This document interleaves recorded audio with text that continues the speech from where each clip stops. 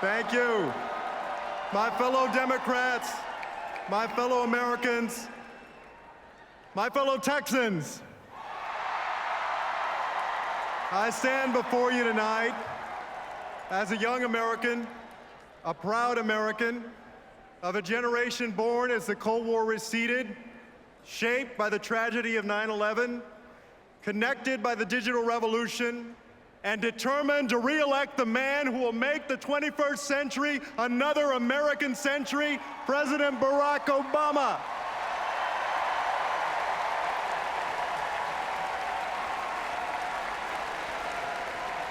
The unlikely journey that brought me here tonight began many miles from this podium.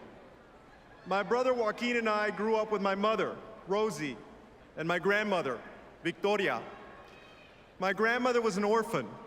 As a young girl, she had to leave her home in Mexico and move to San Antonio, where some relatives had agreed to take her in. She never made it past the 4th grade. She had to drop out and start working to help her family. My grandmother spent her whole life working as a maid, a cook, and a babysitter, barely scraping by, but still working hard to give my mother, her only child, a chance in life so that my mother could give my brother and me an even better one. As my grandmother got older, she begged my mother to give her grandchildren.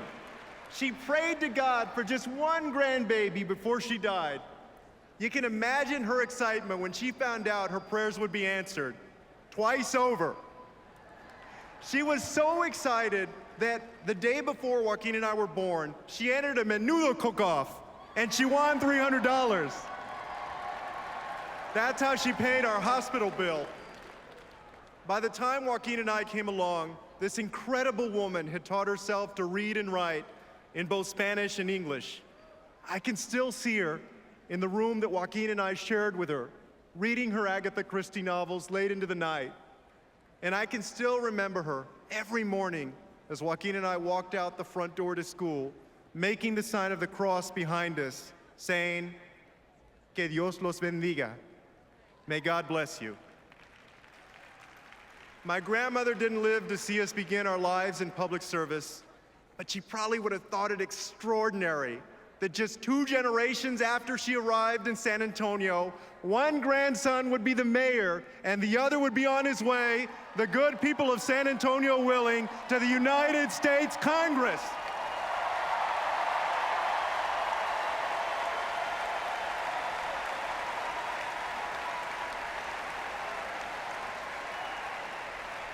My family's story isn't special. What's special is the America that makes our story possible.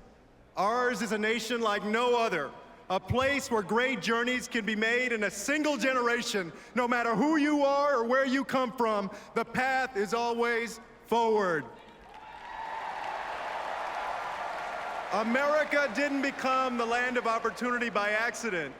My grandmother's generation and generations before always saw beyond the horizons of their own lives and their own circumstances. They believed that opportunity created today would lead to prosperity tomorrow. That's the country they envisioned, and that's the country they helped build.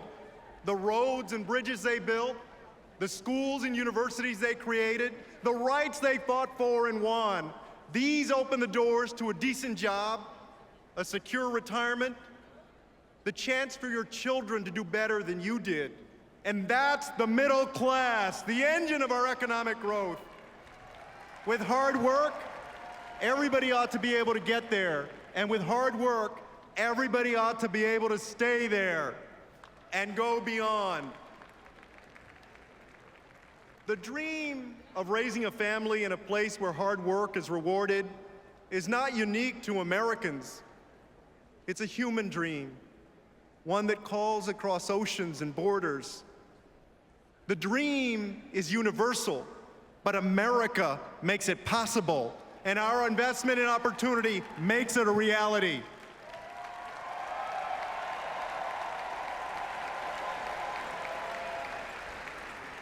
Now, in Texas, we believe in the rugged individual. Texas may be the one place where people actually still have bootstraps. And we expect folks to pull themselves up by him.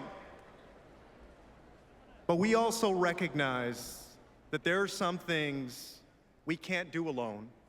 We have to come together and invest in opportunity today for prosperity tomorrow.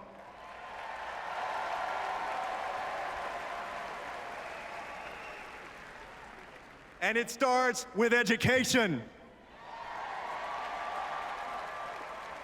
20 years ago, Joaquin and I left home for college and then for law school. In those classrooms, we met some of the brightest folks in the world. But at the end of our days there, I couldn't help but to think back to my classmates at Thomas Jefferson High School in San Antonio. They had the same talent, the same brains, the same dreams as the folks we sat with at Stanford and Harvard. I realized the difference wasn't one of intelligence or drive. The difference was opportunity. In my city of San Antonio, we get that. So we're working to ensure that more 4-year-olds have access to pre-K. We opened Cafe College, where students get help with everything from college test prep to financial aid paperwork. We know that you can't be pro-business unless you're pro-education.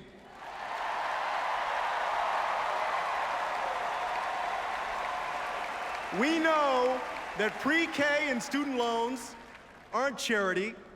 They're a smart investment in a workforce that can fill and create the jobs of tomorrow. We're investing in young minds today to be competitive in the global economy tomorrow. And it's paying off. Yes, it is. Last year, the Milken Institute ranked San Antonio as the nation's top-performing local economy, and we're only getting started. Opportunity today, prosperity tomorrow.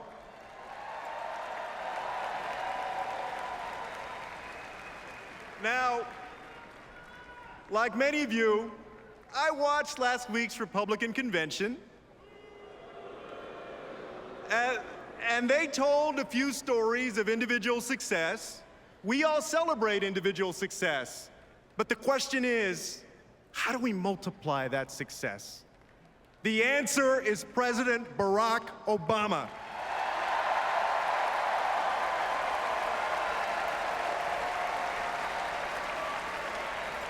Mitt Romney, quite simply, doesn't get it. A few months ago, he visited a university in Ohio and gave students there a little entrepreneurial advice. Start a business, he said. But how? Borrow money if you have to from your parents, he told them. Gee, why didn't I think of that?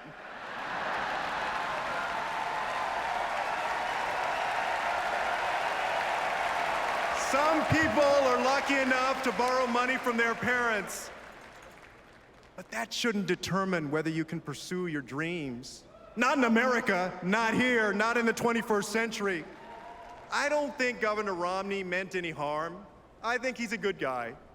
He just has no idea how good he's had it. We know that in our free market economy, some will prosper more than others.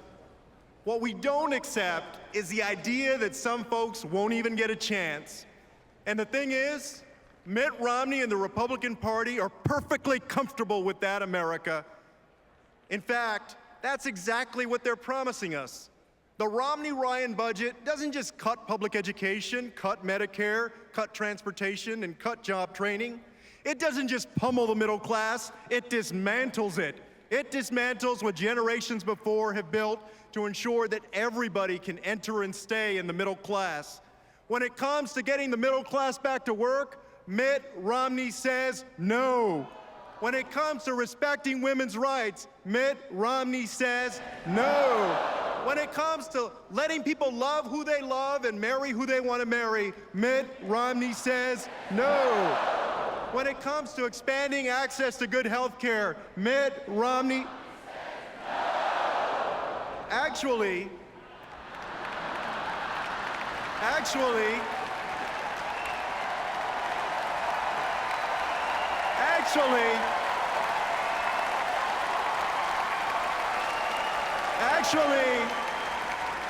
Mitt Romney said yes, and now he says no.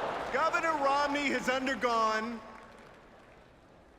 an extreme makeover, and it ain't pretty. So here's what we're gonna say to Mitt Romney in November. We're gonna say no. Of all the fictions we heard last week in Tampa, the one I find most troubling is this. If we all just go our own way, our nation will be stronger for it. Because if we sever the threads that connect us, the only people who will go far are those who are already ahead. We all understand that freedom isn't free. What Romney and Ryan don't understand is that neither is opportunity. We have to invest in it.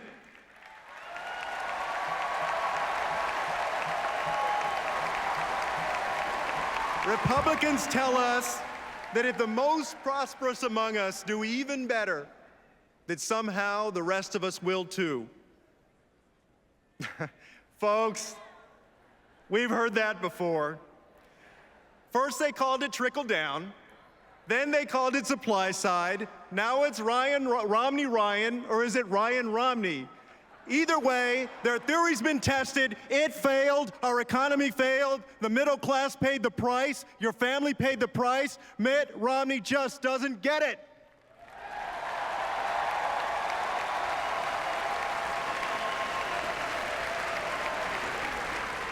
But Barack Obama gets it. He understands that when we invest in people, we're investing in our shared prosperity. And when we neglect that responsibility, we risk our promise as a nation. Just a few years ago, families that had never asked for anything found themselves at risk of losing everything. And the dream my grandmother held, that work would be rewarded, that the middle class would be there, if not for her, then for her children, that dream was being crushed. But then President Obama took office and he took action. When Detroit was in trouble, President Obama saved the auto industry and saved 1 million jobs.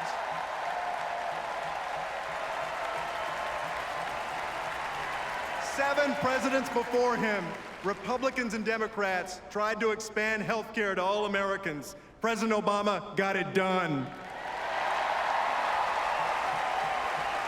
He made a historic investment to lift our nation's public schools and expanded Pell Grants so that more young people can afford college. And because he knows that we don't have an ounce of talent to waste, the president took action to lift the shadow of deportation from a generation of young, law-abiding immigrants called dreamers.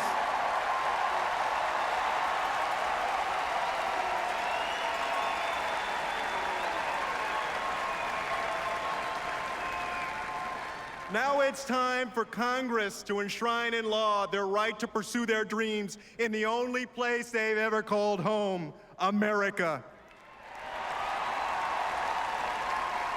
4 years ago, America stood on the brink of a depression. Despite incredible odds and united Republican opposition, our president took action. And now, we've seen 4.5 million new jobs. He knows better than anyone that there's more hard work to do, but we're making progress. And now, we need to make a choice. It's a choice between a country where the middle class pays more so the millionaires can pay less, or a country where everybody pays their fair share so we can reduce the deficit and create the jobs of the future.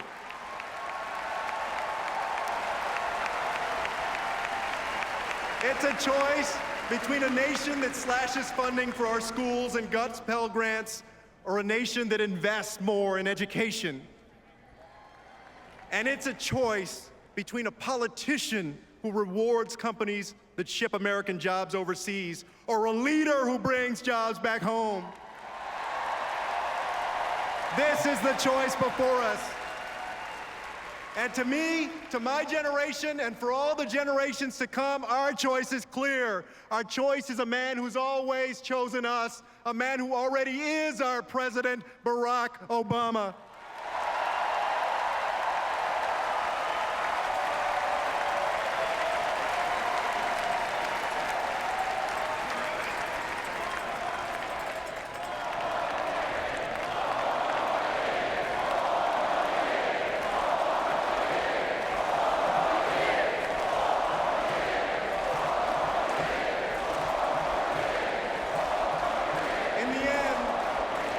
The American dream, the American dream is not a sprint or even a marathon, but a relay.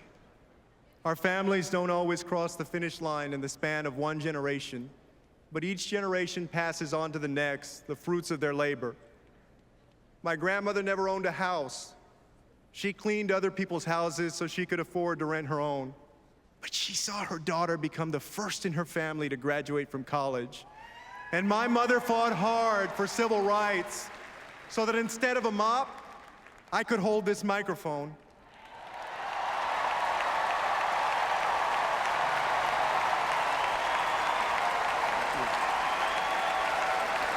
And while she may be proud of me tonight, I gotta tell you, Mom, I'm even more proud of you.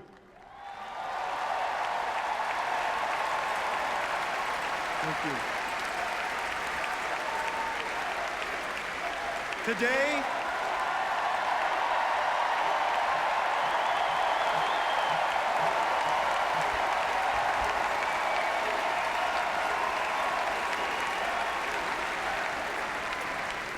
Today, my beautiful wife, Erica, and I are the proud parents of a 3-year-old little girl, Karina Victoria, named after my grandmother.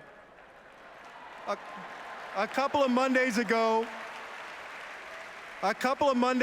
was her first day of pre-K, and as we dropped her off, we walked out of the classroom, and I found myself whispering to her, as was once whispered to me, que Dios te bendiga.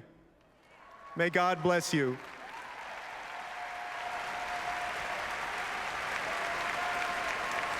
She's still young and her dreams are far off yet, but I hope she'll reach them. As a dad, I'm going to do my part, and I know she'll do hers. But our responsibility as a nation is to come together and do our part as one community, one United States of America, to ensure opportunity for all of our children. The days we live in are not easy ones, but we have seen days like this before, and America prevailed. With the wisdom of our founders and the values of our families, America prevailed. With each generation going further than the last, America prevailed. And with the opportunity we build today for a shared prosperity tomorrow, America will prevail. It begins with re-electing Barack Obama. It begins with you. It begins now. Que Dios los bendiga. May God bless you, and may God bless the United States of America. Thank you.